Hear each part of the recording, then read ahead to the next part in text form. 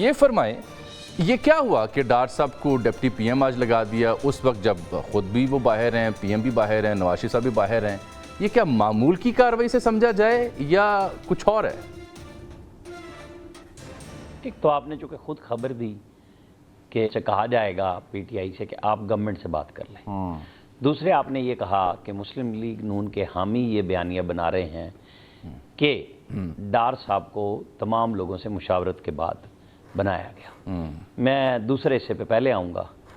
کہ یہ بالکل ان کی طرف سے نہیں بنایا جا رہا، بلکہ جن کا نام لے کے کہا جا رہا ہے کہ ان کو ہے، ان کی طرف سے واضح ہے کہ انہیں کوئی اعتراض نہیں ہے۔ ان کی مکمل منشا کے بعد یہ نوٹیفیکیشن آج چھٹی والے دن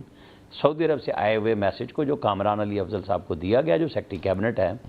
اور انہوں نے جا کے نوٹیفیکیشن کیا، اور پھر ساتھ ہم نے بھی چیک کیا، ظاہر ہے ذوالفقار علی بھٹو 13 دن ڈپٹی پرائم منسٹر رہے اور 13 دن ہی وزیر اعظم نور الامین رہے 1971 میں، اور پھر بیگم نصرت بھٹو 17 ماہ رہی 89 سے 90 تک، پھر پرویز الہی صاحب 8 سے 9 ماہ رہے، اور چوتھے ڈپٹی پرائم منسٹر آگے۔ اچھا یہ سب سیریمونیل ہے، کچھ بھی اس میں اضافی نہیں ہوتا کہ آپ کو کچھ سوائے اس بات کے کہ ڈار صاحب کا دفتر فارن آفس کے علاوہ پی ایم آفس میں بھی بن جائے گا۔ ہاں ایشو کیا ہے، وہ بالکل ایک خواہش ڈار صاحب کی رہتی ہے کہ ظاہر بندہ ان رہے، اور وہ اپنے سمدی کے ساتھ بہت زیادہ ان بھی ہیں، یعنی نواز شریف کے ساتھ ان کا شہباز شریف سے بھی کوئی پرابلم نہیں ہے، لیکن 2-3 چیزیں بڑی آ رہی تھی سگنیفیکنٹ کہ جی جو کیبنٹ کا نوٹیفیکیشن ہے اس میں خواجہ آصف سب سے پہلے لکھے ہوئے تھے، اور اسی حساب سے جب وہ میٹنگز میں بیٹھتے ہیں تو ڈار صاحب ان کے بعد بیٹھتے ہیں اور پہلے خواجہ آصف بیٹھتے ہیں،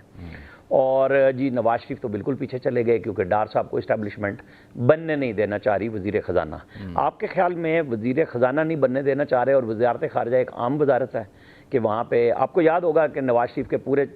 4 سال میں یہ بیانیہ بنایا گیا کہ جی دیکھیں اس شخص نے وزیر اعظم ہی کوئی نہیں بنایا، وزیر خارجہ ہی کوئی نہیں بنایا۔ عامر صاحب اگر میں گستاخی کرتے ہوئے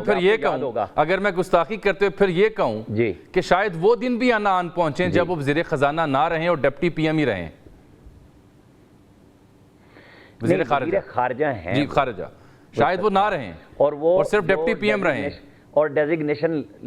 اور لکھا ہوا ہے کہ جی وہ وزیر خزانہ ڈیزگنیٹ ڈپٹی پرائم منسٹر،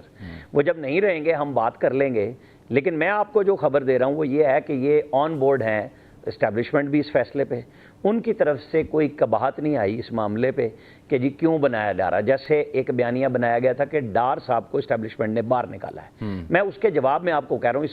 اس کے علاوہ کوئی وہ نہیں ہے ویلیو کہ ہاں جی یہ جو بیانیہ بنایا گیا تھا کہ نواز شریف پیچھے ہیں اور نواز شریف ناراض ہیں، وہ بالکل پیچھے ہٹ گئے ہیں، تو وہ سب چیزوں کو کلیئر کیا گیا ہے ایک ہی نوٹیفیکیشن۔ یعنی یہ بات پھر درست ہوئی نا کہ نواز شریف صاحب پرویل کر رہے ہیں، چاہے وہ پارٹی کی صدارت سنبھالنے والا معاملہ ہو یا اسحاق ڈار صاحب کو ڈپٹی پی ایم بنانے والا معاملہ ہو، اس کا مطلب ہے کہ نواز شریف صاحب از کمنگ بیک۔ پریویل کرنے کی بات جامی صاحب نہیں ہے، نواز شریف تو وزیر اعظم آج کہیں کہ میں بن رہا ہوں تو انہیں روکنے والا کوئی نہیں ہے، یہ ان کا فیصلہ تھا کہ وہ وزیر اعظم نہیں بنیں گے، انہوں نے شہباز شریف کا نام دیا، اور اس کے اندر دونوں بھائیوں میں کوئی ابہام نہیں ہے، یہ ذہن میں رکھیے گا آپ، یہ ان کا خالصتاً فیصلہ تھا کہ جب رزلٹ آئے ان کا خیال یہ تھا کہ مجھے سادہ اکثریت ملے گی، آپ کا ہی پہلا شو تھا جی ہاں مجھے یاد، اور اس میں نے کہا تھا کہ اگر واضح اکثریت آئی تو مریم نواز وزیر اعظم بھی ہو سکتی ہیں، صرف یہ نہیں کہ وہ چیف منسٹر ہوں گی، نواز شریف کچھ اور فیصلے بھی کر سکتے ہیں، لیکن انہوں نے یہ دیکھا کہ اس وقت یہ سچویشن ہے، اور اب آگے چل کے تو کیبنٹ کے لیے پیپلز پارٹی سے دوبارہ بات چیت ہونی ہے کہ آپ بجٹ کے بعد اس آئی ایم ایف پروگرام کے بعد ہمارے ساتھ آن بورڈ ہو جائیں اور کیبنٹ کے اندر آ جائیں، اس کے لیے بھی مشاورت اور گفتگو شروع ہو چکی ہوئی ہے، جس پہ پیپلز پارٹی تو کہہ رہی ہے نا ہم نہیں آ رہے، لیکن کام انہی لوگوں کے ذریعے شروع ہوا ہے جو میٹر کرتے ہیں۔ ٹھیک عامر صاحب آپ کی بات میں وزن تو ہوگا، لیکن اگر یہ دلیل آپ کی درست ہے تو پھر انہی ڈار صاحب کو ای سی سی سے کیوں نکالا گیا اور پھر ای سی سی میں دوبارہ کیوں ڈالا گیا؟ نہیں پہلے تو ان کو ای سی سی کا چیئرمین بنا دیا گیا تھا نا، اس کا ہیڈ بنایا گیا، ایگزیکٹلی، اور وہ پھر ہاں مطلب وہ پھر ای سی سی کا ہیڈ جس کو ہونا چاہیے تھا، کیونکہ آپ کو پتہ ہے پہلے وزیر اعظم بن گئے تھے خود ہیڈ، جی ہاں، پھر ان کو بتایا گیا کہ جناب یہ کمیٹی ہے، نہیں ای سی سی کے ہیڈ پرائم منسٹر شہباز شریف بنے تھے نا، نہیں کہ آپ نے اپنے فیصلوں کی پھر منظوری دینی ہے، کیبنٹ میں بحث ہوتی ہے ای سی سی کے فیصلوں پہ، کئی دفعہ ان کو واپس بھی لیا جاتا ہے، تو یہ مناسب نہیں ہے کہ آپ اس کے ہیڈ بنیں۔ اب آپ کو میں بتاؤں، دیکھیں 2-3 چیزیں ہیں، جیسے ڈار مفتہ لڑائی تھی، ڈار صاحب لندن سے تھے, پریویل کر رہے تھے. ڈار صاحب کی خواہش تو رہتی ہے نا, جب وہ نواز شریف وزیر اعظم تھے اور یہ وزیر خزانہ تھے, تو یہ بغل میں فائلیں لاتے تھے اور ECC سمیت کیبنٹ کی تمام اپروولز پرائم منسٹر کی ڈسکریشنری پاور سے لے جاتے تھے. پھر وہ یہ ہوا کہ 2016 میں ثاقب نثار صاحب نے بطور سینئر جج سپریم کورٹ کے ایک ڈیسیژن دیا کہ فیڈرل گورنمنٹ مین فیڈرل کیبنٹ, جس کی اپیل کی گئی, وہ مسترد ہو گئی اور یہ فائنل ہو گیا کہ فیڈرل کیبنٹ ہی وفاقی حکومت ہے. نتیجتاً جو 6 مہینے کیبنٹ کی میٹنگ نہیں ہوتی تھی, وہ ویکلی کرنا مجبوری بن گئی کہ آپ کو جو بھی فیصلہ کرنا ہے. اب آج کل پھر یہ ہوا کہ شہباز شریف کی جو 16 مہینے کی گورنمنٹ تھی, اس میں کہ جتنی اپوائنٹمنٹس ہوتی تھی آفیسرز کی, کسی ڈیزگنیٹ کرنا ہو, MD لگانا ہے, چیئرمین لگانا ہے, تو ان کی بائی سرکولیشن منظوری لے لی جاتی تھی کہ ایک ویک کا بھی انتظار نہ کیا جائے, اور یہ پرائم منسٹر چونکہ کرنا چاہتے ہیں تو اس کو بحث میں نہ ڈالا جائے کہ کولیشن گورنمنٹ بھی تھی اس وقت کہ کوئی کسی کو چاہتا ہے, کوئی کسی کو چاہتا ہے, تو پھر وہ بائی سرکولیشن ہو جاتا تھا. تو گورنمنٹ کو چلانے کے لیے بھی ڈار صاحب بہت حاوی تھے اس وقت بھی شہباز شریف صاحب کے ساتھ, نواز شریف کے ساتھ, اور وہ بغل میں فائلیں جو میں کہہ رہا تھا نا کرا کے ڈاکٹر وقار مسعود کو دیتے تھے کہ میں نے PM سے لے لی, پھر وہ فواد حسن فواد صاحب کے پاس آتی تھی. مجھے تو لگتا ہے آپ بھی حاوی ہو جائیں گے رانا صاحب, آپ بھی حاوی ہو جائیں گے, ان کا ایک مزاج ہے. میں آپ کو بتا رہا ہوں نا کہ پھر فواد حسن فواد پریویل کرتے تھے اور فیصلے واپس کراتے تھے کہ یہ ٹھیک نہیں ہوا. اسی وجہ سے کسی فائل پہ نواز شریف کی کوئی اعتراض یہ نہیں آیا کہ اس میں پیسے بنائے گئے. سارا کچھ بیچنے کے باوجود کچھ نہیں نکلا ان کے سیکریٹریٹ سے, اور فواد حسن فواد بیٹھے بھی ہیں, موجود بھی ہیں, اور اپنی رائے آپ کے اور ہمارے چینلوں پہ سب پہ آ کے بڑی کھلم کھلا دیتے ہیں. آپ کو سیاسی جس شخص کے ہاتھ بڑے کلین ہو, اس نے اپنے پرائم منسٹر کو بھی بچایا. اب آ جائیں, یہ جو آج ضرورت ہے وہ اسی بات کی بنیاد ہے کہ ڈار صاحب کا آنا, جو ایک پروپیگنڈا ہو رہا تھا ٹوٹل شہباز شریف کی گورنمنٹ پہ کہ نواز شریف ڈسٹنس کیے ہوئے ہیں, ان کی وہ بات نہیں سنی جا رہی, تو یہ سب کا ایک میں ہی جواب دے دیا گیا ہے کہ وہ دونوں بھائی ایک ہیں, اور ان کی بیٹی نواز شریف کی بیٹی وزیر اعلیٰ ہے, جس کی سرپرستی وہ کر رہے ہیں پوری طرح کہ آگے چل کے پارٹی انہی کے حوالے کرنی ہے. تو بیچ میں یار لوگوں کی جو دکان لگی ہوئی تھی وہ اس بہانے چل جائے گی 2-3 دن کے ڈار صاحب وزیر خزانہ سے خارجہ کیوں بنے اور خارجہ سے ڈپٹی پرائم منسٹر کیوں بن گئے. یہ ارینجمنٹ آپ کو پتا ہے کہ یہ جس نے بھی بنایا, لیکن اس کو اس وقت سیاسی طور پہ صرف نواز شریف چلا رہے ہیں. وہ اب آج کہہ دیں کہ میں اس گورنمنٹ کے ساتھ نہیں ہوں, تو گورنمنٹ کوئی بھی نہیں ٹھہرنے لگی. کہ ایک طرف اگر نون لیگ نیا بیانیہ بنانے کی کوشش میں ہے, تو دوسری جانب اس طرح کی اپوائنٹمنٹس وہ بھی گھر کی بندوں کی, سمدھی کی, یا اپنی بیٹی جو ہے وہ CM ہے,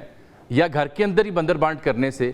عوام کو کیا میسج دے رہے ہیں؟ عوام کیا ان چیزوں سے بہت مطمئن ہو رہی ہوگی, ان کا ووٹ سپورٹ بینک بہت انٹیکٹ جا رہا ہوگا؟ جامی صاحب, ہمارے ہاں یہ گفتگو بہت اچھی لگتی ہے کتابی نصابی کہ جناب دیکھیں موروثیت ہے, انہوں نے اپنے خاندان میں کر دیا. ہمارے لوگ اس بات کو ایکسیپٹ کرتے ہیں, لوگ ان کی لیڈرشپ کو مانتے ہیں, لوگ ان کے ساتھ چلتے ہیں. اب جن کا نام نہ لیں, وہ علی امین گنڈا پور کے بھائی لڑکے آئے ہیں, فیصل امین, بالکل قومی اسمبلی کی سیٹ, بالکل لڑکے آئے ہیں. یہ ہر جگہ پہ اسی طرح ہی ہوتا ہے. پرویز خٹک صاحب ان کے بالکل تھے, بھتیجے, بیٹے, بھائی, بالکل تھے. سب مطلب آپ شاہ محمود قریشی کے بیٹے ساتھ MLA بنے, پھر ان کی بیٹی کو ٹکٹ دے دیا گیا. اچھا, یہ ہم کس کی ایکسیپشن کو گنیں گے اور ہم اس بحث میں پڑ جائیں؟ ہمارے ہاں یہ چلتا ہے, یہ امریکہ میں بھی چلتا ہے, یہ انڈیا میں بھی چلتا ہے, جن کو آپ بڑی بڑی جمہوریت کے نام دیتے ہیں. تو اگر ڈیلیور کریں لوگ, اگر وہ اپنی پارٹی کے لیے بحث کرتے ہیں, بالفرض مریم نواز نے اپنے باپ کا ہی کیس لڑا, اس کے باپ نے ایک وزیر اعظم بنایا تھا جس کا نام ہے شاہد خاقان عباسی, جو 1 منٹ میں بیٹھ گیا چپ کر کے جب باجوہ صاحب اور ثاقب نثار صاحب نے نیب پہ کہا کہ آپ نیا قانون نہیں بنائیں گے. یہ جو آج کل بڑی بڑی باتیں سارے کر رہے ہیں, جب پرائم منسٹر تھے تو قوانین بدلنے کی طاقت بھی رکھتے تھے, میسج بھی موجود تھا, اور نہیں کر سکے. آج سارے باتیں کرتے ہیں بیٹھ کے. سب کو لگایا انہوں نے ٹکٹیں بھی باہر دی, انہوں نے وزیر اعظم اپنے گھر سے نہیں بنایا, بھائی کا نام اناؤنس کر کے شاہد خاقان عباسی کو رکھا, ان کو چیف منسٹر رکھا شہباز شریف کو. ہر جگہ پہ ایکسیپشنز موجود ہوتی ہیں کہ کب کیسے کیا کرنا ہے. اگر مریم نواز نے اس دور میں جب ان کا نام ٹیلی ویژن پہ نہیں آ سکتا تھا, کیونکہ آج لوگوں کو صرف یہی نظر آتا ہے کہ خان صاحب کے نام کے اوپر پابندی ہے, اس وقت مریم نواز پہ یہی پابندی تھی, بالکل تھی, سوائے سوشل میڈیا کے کہیں پہ بھی نہیں جا سکتی, بالکل تھی. وہ پورے پاکستان میں جلسے جلوس کر رہی تھی. پارٹی کی لیڈرشپ کیسے بنتی ہے؟ کوئی جدوجہد کرتا ہے, کوئی جیل جاتا ہے, اس کو اگر پارٹی کے صدر نے, قائد نے بنایا ہے, تو اس کو سزا کس چیز کی ملی تھی؟ بیٹی ہونے کی نا. وہ کوئی پولیٹیکل اس عہدے پہ تو نہیں تھی جب ان کو پہلی سزا ملی. پھر دوسری سزا جب ان کی بیٹی کے سامنے اور اپنے باپ کے سامنے انہیں کوٹ جیل سے پکڑا گیا, تو آپ کے خیال میں وہ اس لیے پکڑا گیا تھا کہ وہ اس کا نام مریم نواز ہے؟ وہ مریم اس نواز پہ شوکت یوسف زئی صاحب بے چین ہو رہے ہیں جی، کیمرے لگا کے دیکھے جا رہے تھے. بالکل ایک منٹ جی، بالکل وہ بھی بولیں، ان کا رائٹ ہے. میں یہ کہہ رہا ہوں کہ ہماری سیاست ہے ہی انتقام اور احتساب کے نام پہ کہ آپ کیمرے دکھائیں. وہ امریکہ جا کے پاکستانی ڈائسپورا کو کیوں نہیں کہہ رہے تھے کہ پاکستان میں انویسٹمنٹ کرو؟ وہ کہہ رہے تھے میں جا کے اے سی اتاروں گا. مطلب جہاں وقت تھا بات کرنے کا آپ دوسری باتیں کر رہے تھے، جب وقت گزر جاتا ہے آپ تیسری بات شروع کر دیتے ہیں. تیسری کر دی انہوں نے شروع.